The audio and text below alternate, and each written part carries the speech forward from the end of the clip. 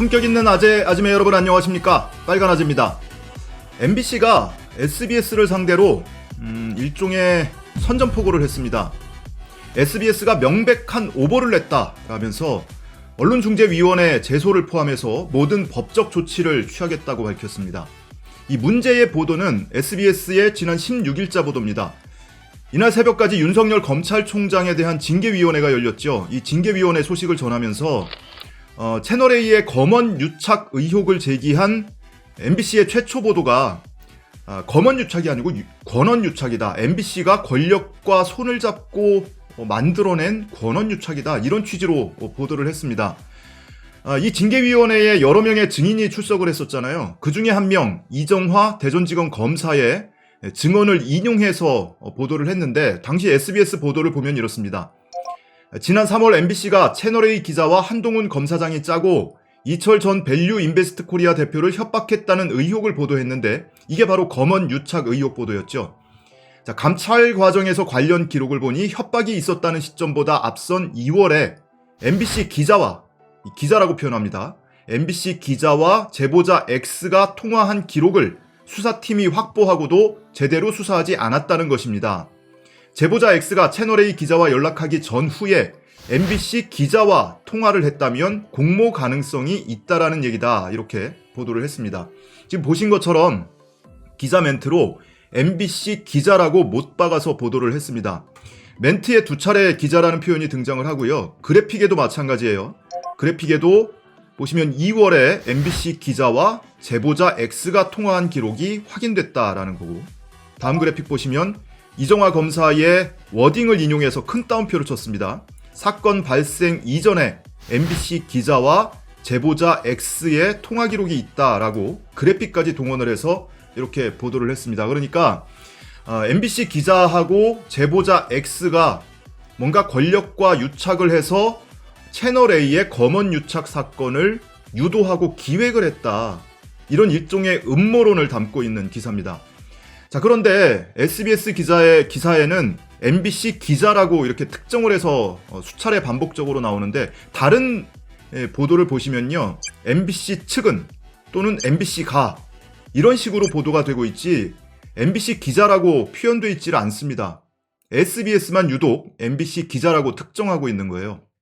자, 이게 문제가 된 겁니다.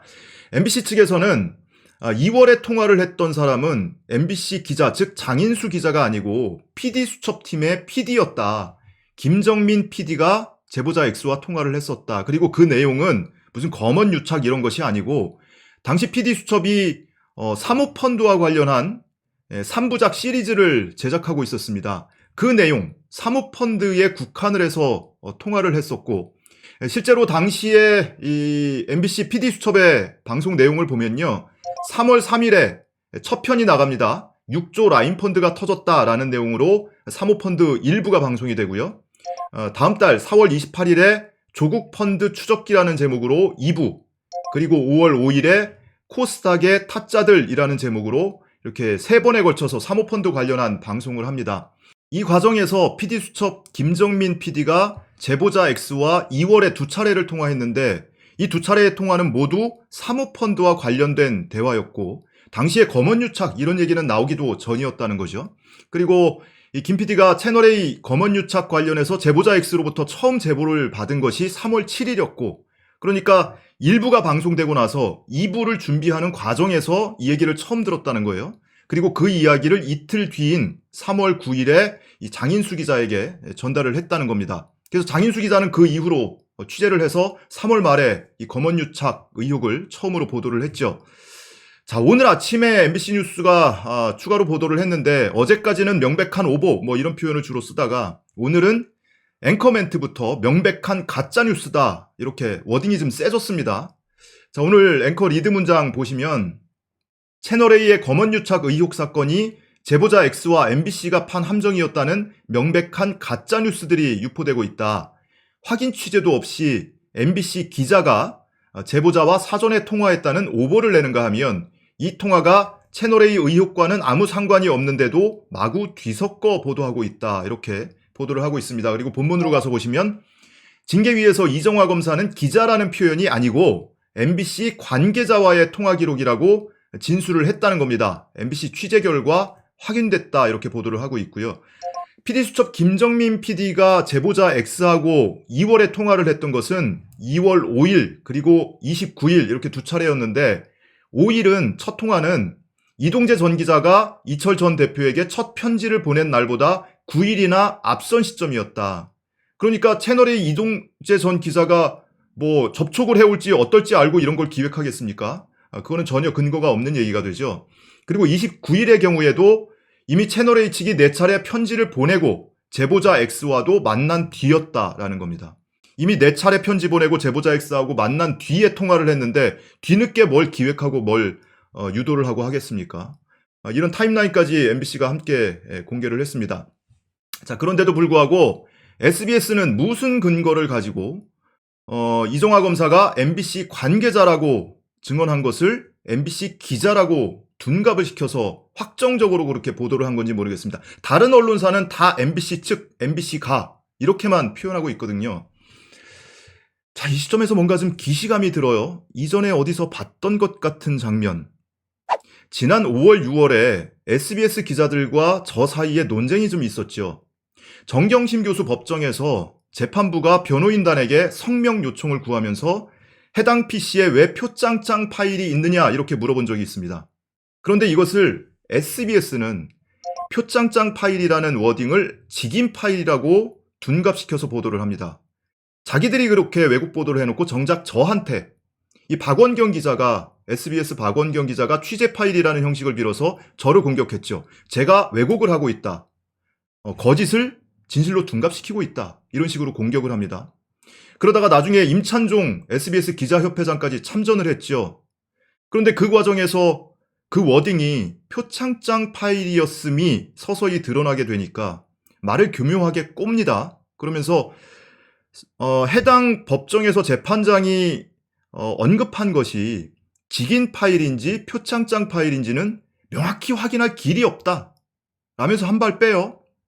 그러더니 설사 표창장 파일이라고 했어도 그 내심에는 직인 파일까지 포함해서 이야기를 한 것이기 때문에 SBS 보도가 옳은 거다. 이런 얼토당토하는 주장을 합니다. 큰 따옴표, 직접 인용 부호의 의미를 모르는 모양이에요.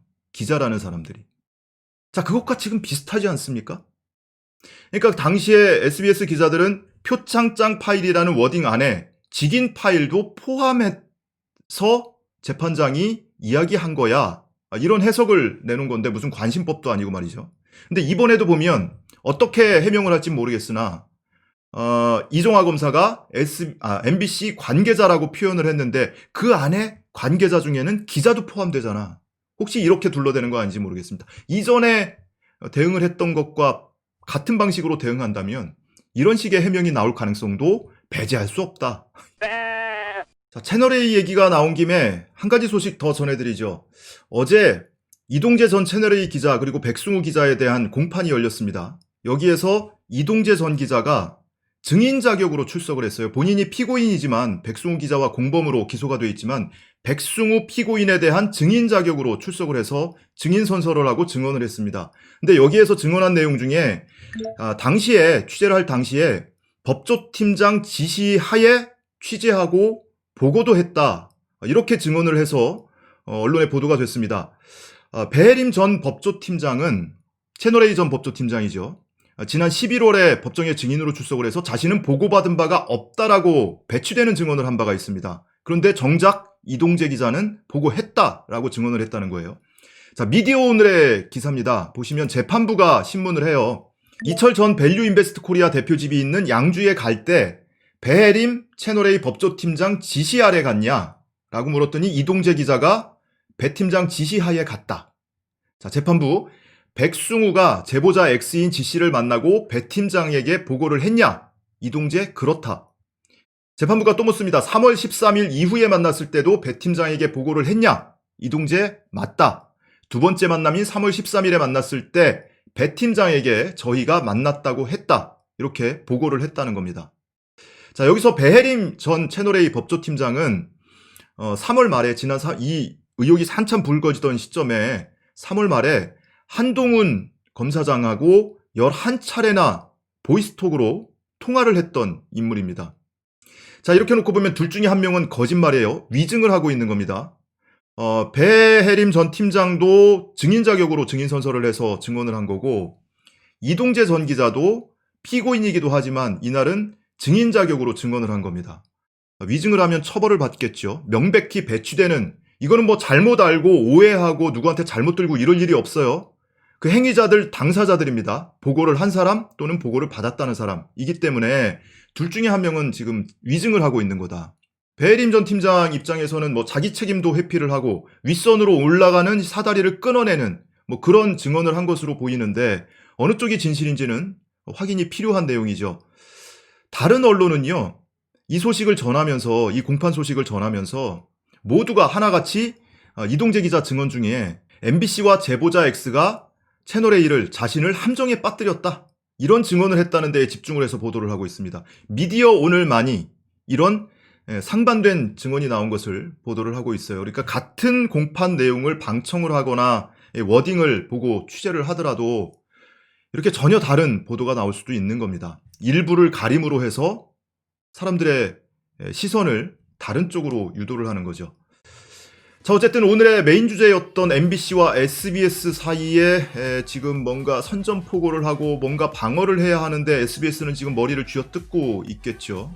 과연 정정 보도를 할지 사과를 할지, SBS의 보도가 맞다면, 자신이 있다면 뭐 반박을 하겠죠. 뭐 추가 보도를 하든지 그러겠죠. 근데 그렇지 않다면 MBC에 뭔가 사과를 하거나 이래야 하지 않을까요? 자, 어느 쪽이 맞는지 수일 내로 결판이 날 겁니다. 한번 관심 있게 지켜보기로 하죠.